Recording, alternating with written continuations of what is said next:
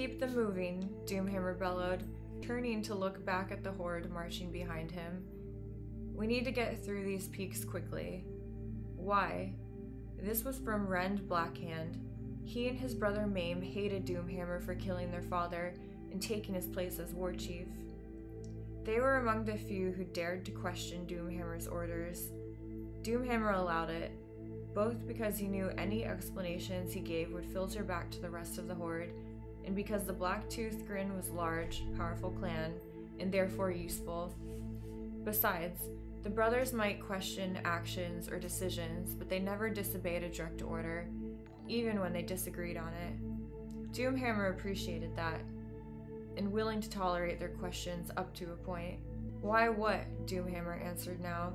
He was negotiating the steep path up the mountains, and most of his attention was on the rocks beneath his hands and feet. The forest trolls had already passed them by, scaling the cliffs as easily as they climbed trees, and had lowered ropes to aid the orc warriors in their climb, but Doomhammer refused to use them. He needed his troops to know he was still the strongest of them, and climbing the mountain unaided was one way to accomplish that. Rend had no such compunctions. He was pacing Doomhammer with one of the stout ropes wrapped firmly around his left arm. Why are we climbing? Rend asked. We could have gone around these mountains instead. Why are we taking this way? It is shorter, true, but harder. Scaling these peaks will slow us down. Doomhammer reached the top of the cliff and grunted, wiping his hands clean of rock dust by rubbing them against his upper arms. He turned to face Rend as the other chieftain joined him at the peak, his brother and the other horde leaders right behind them. They knew better than to reach the top before Doomhammer. The humans think us stupid, Doomhammer began, making sure all of them could hear him. He did not like having to repeat himself. They imagine us as dumb brutes, just as we see the ogres.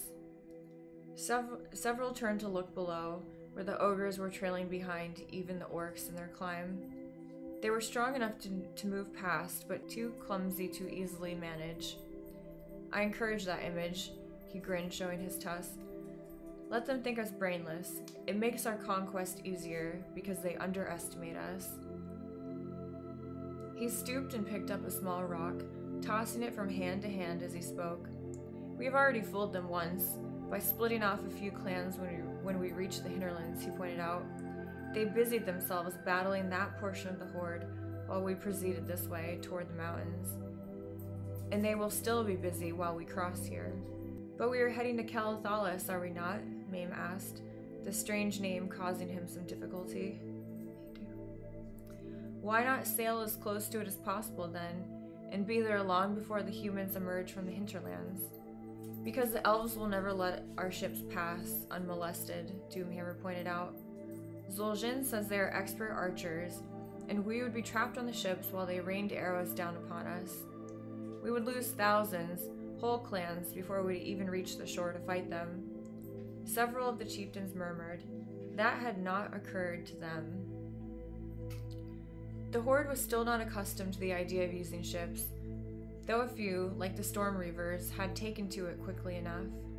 But we could have marched around the mountains, Rend pointed out. A longer route, but less difficult.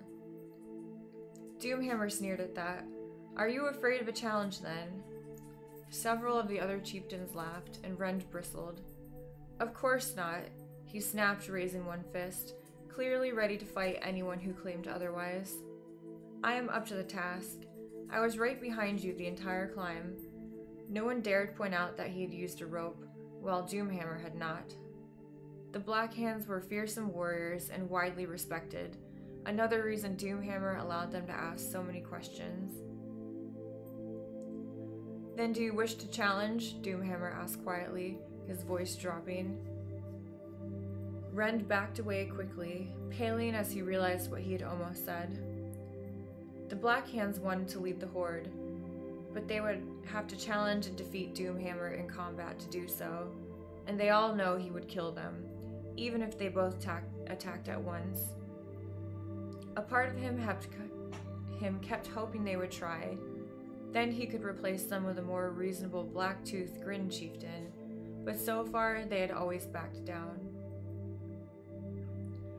Going around might have been faster, Doomhammer said finally, when he saw Rend was not going to take the bait, but our movements would have been more visible. This way we will come upon the elves with them unawares. He grinned again.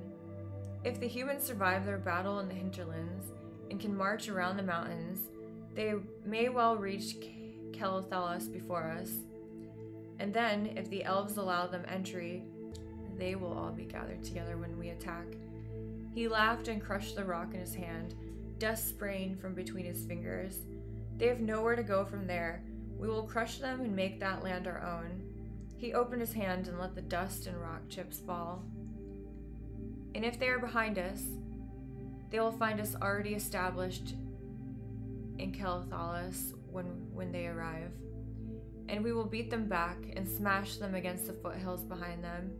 He made a show of wiping his hands clean again. Either way, we win. The others all murmured, several of them grinning and laughing as well, and Ren nodded. You are wise, he grudgingly admitted. This is a good plan. Doomhammer nodded to accept the compliment. Now we must continue, Doomhammer told the rest of them. There are still several peaks to cover. He turned to Zuluhead first, however. Where are they? He asked.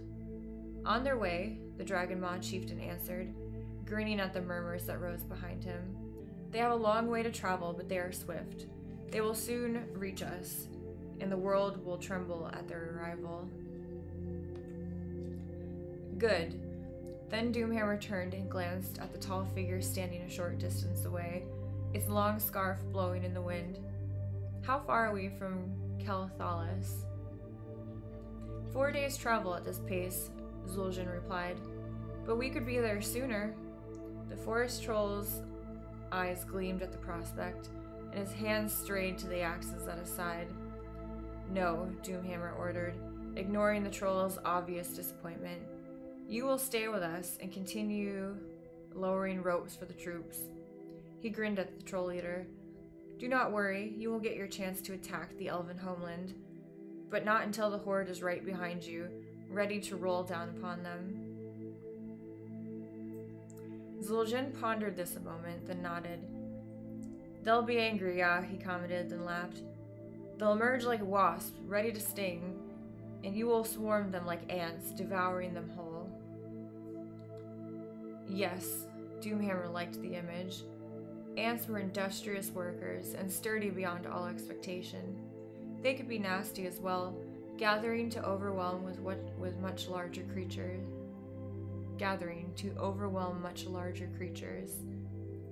Yes, ants would do nicely, and right now he signaled the march to continue, the horde marching up the mountain behind him like an army of ants intent upon conquest. New scene. 4 days later, Doomhammer and his chieftains looked down from a foothill that stood between the last mountain peak and the start of the Great Forest. The rest of the horde was massing behind them, weary from the climbing and marching, but shaking off fatigue now that their next target lay before them. But none were as excited as the forest trolls. We be going now? Zul'jin looked eagerly at Doomhammer, who nodded. Yes, go now, the war chief agreed. Bring the fight to the elves. Spare no one and nothing. The forest troll leader grinned and tilted his head back to let loose a strange warbling cry. Another forest troll appeared immediately, just beyond where the two leaders stood, moving as silently and suddenly as a ghost. The third dropped from the rocks overhead to stand beside him, and another one beside that one, and another beside that one, and more after them, until the small valley behind the hill was filled with the tall, lanky forest creatures. There were far more than Doomhammer remembered Zul'jin bringing with him, and his surprise must have shown because the forest troll leader grinned through his ever-present scarf. Found more, he explained, laughing. Witherbark tribe, they be joining us. Doomhammer nodded. He was not particularly afraid of them, though the trolls were taller than him. He had faced bigger and stronger foes before, and always he had been the one to walk away. Besides, In the months since forging their alliance, Gul'dan had impressed him. The forest troll was a clever one, but he also had honor. He had promised his people's aid to the Horde. It would not go back on that. Doomhammer was willing to risk his life on that belief.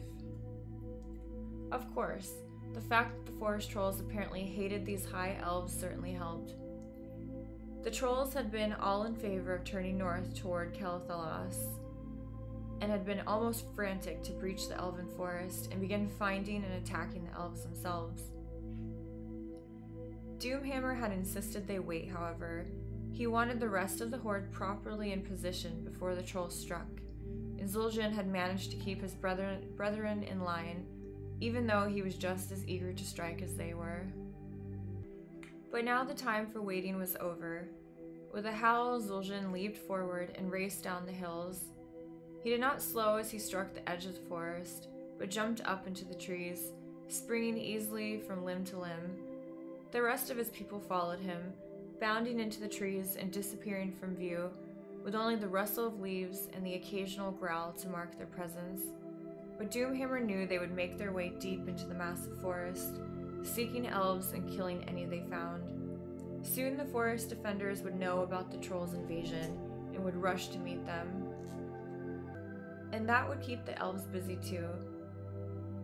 Too busy to check their borders for other threats. Doomhammer signaled, and the rest of the Horde swept over the hill as well, marching steadily across a narrow strip of grassland, and at last reaching the first row of trees. "Now, War Chief?" a nearby orc warrior asked, axe at the ready.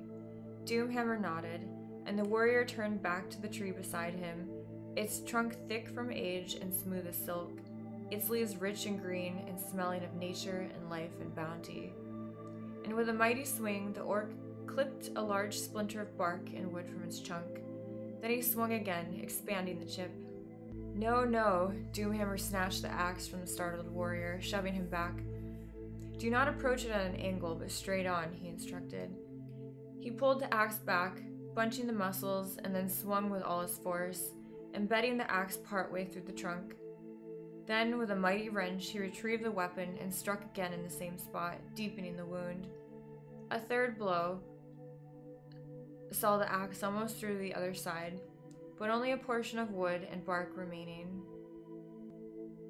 Doomhammer pulled the axe back, angling it upward as he did so, its head pushed upward onto the trunk, and the tree tipped and fell, snapping that remaining section from its own weight and momentum. The ground shook as the tree hit, and leaves and berries flew everywhere. There, like that. He tossed the axe back to the warrior, who nodded and moved to the next tree in line. A second warrior was already stepping up to the felled tree, axe in hand, ready to begin the task of chopping the great tree into smaller segments. Beyond him, more warriors were about the same task. Carrying supplies for an army as large as the Horde was a hopeless task. So instead, they took what they needed from the lands they conquered, and the wood from these trees would keep the Horde's fires burning for weeks, perhaps even months. The fact that every tree they cut down deprived the elves of additional protection only made the task sweeter. Doomhammer was leaning upon his hammer, watching the work progress, when he saw motion from the corner of his eye. A short, heavy-set orc with a bristling beard was heading toward him, scarred face twisted in an expression Doomhammer wasn't sure he liked. Gul'dan was excited about something. "What is it?" Doomhammer demanded before the chief warlock had reached him. "Something you should see, mighty Doomhammer," Gul'dan replied, sweeping into a low bow. Cho'Gall chuckled and aped the gesture behind him, something that could aid the Horde greatly. Doomhammer nodded and swung his hammer up onto his shoulder, gesturing for Gul'dan to precede him. The warlock turned and led both Doomhammer and Cho'Gall back around, perhaps 100 feet from where he stood. Here stood a massive stone, forcing a gap in the trees. Its rough surface was carved with runes, and even Doomhammer, who who had no gift at all for the supernatural or spiritual, could feel the power radiating off this crude monolith. "What is it?" he demanded. "I do not know exactly," Gul'dan answered, stroking his beard, "but it is very powerful. I believe these runestones, for there are others spaced evenly around the forest edge, serve as a mystic barrier." "They did not stop us," Doomhammer pointed out. "No, because we use nothing more than our own hands and feet and blades," Gul'dan replied. "I believe these runestones restrict the use of magic within, most likely allowing only the elves' own magic to function. I have tried tapping my magic here and I cannot, but if I move 10 paces away toward the hills, my spells return." Doomhammer eyed the large hunk of stone with a new appreciation. "So we take them and set them around our enemies, and they cannot cast spells," he mused, wondering how many orcs it would take to move the monoliths, and how they would transport them.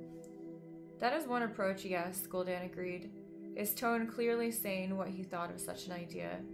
"But I have another in mind, my war chief, if you will indulge me for a moment." Doomhammer nodded. He did not trust Gul'dan, not at all, but the warlock had proven useful with the creation of the Death Knights. He was curious what the stocky orc had in mind now. "These stones contain immense magic," Gul'dan explained. "I believe I can harness that power for our own purposes." "What do you mean?" Doomhammer demanded. He knew better than to give Gul'dan free rein. No, he wanted specifics. "I can use these to create an altar," Gul'dan replied. "An altar of storms. By channeling the energy from these stones, I can transform creatures. We will make them more powerful, more dangerous, though they may suffer some disfigurement."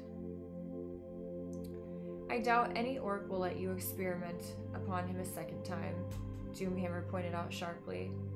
He still remembered quite clearly the night Gul'dan had offered the so-called Cup of Unity, the Chalice of Rebirth, to every chieftain in the Horde, and to any warriors they deemed worthy. Doomhammer had not trusted the warlock even then, and when Blackhand had invited him to drink he had refused, saying he did not wish to take away from his chieftain by sharing such power with him.